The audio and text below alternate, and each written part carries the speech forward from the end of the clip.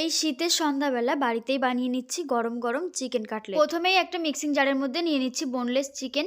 এর মধ্যে কয়েক টুকরো আদা, রসুন, কাঁচা লঙ্কা, ধনেপাতা ও 2 চামচের মতো ব্রেড ক্রাম্বস দিয়ে ভালো করে সবকিছুকে একসাথে ব্লেন্ড করে নেব। এবার এই চিকেন কিমাটাকে একটা পাত্রের মধ্যে নিয়ে তার মধ্যে পেঁয়াজ কুচি, স্বাদ মতো নুন, পরিমাণ মতো গোলমরিচের গুঁড়ো, লাল লঙ্কার গুঁড়ো ও ধনে গুঁড়ো এবং আবারও 2 চামচের মতো ব্রেড ক্রাম্বস দিয়ে ভালো করে মাখিয়ে নেব।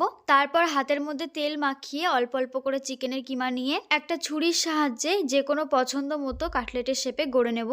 তারপর একটা পাত্রে 2টো ডিম, একটু নুন ও গোলমরিচ গুঁড়ো দিয়ে ভালো করে ফেটিয়ে নিতে হবে। আমার এই চ্যানেলে কাটলেটের রেসিপি দেওয়া আছে, কাটলেটের ফুল রেসিপিটা দেখতে চাই অবশ্যই কিন্তু লং ভিডিওটা ফলো করবেন। এরপর কাটলেটগুলোকে ডিমের গোলায় ডুবিয়ে ব্রেড ক্রাম্বসে কোট করে নিতে হবে। এই একইভাবে কাটলেটগুলো ডাবল কোট করে নেব।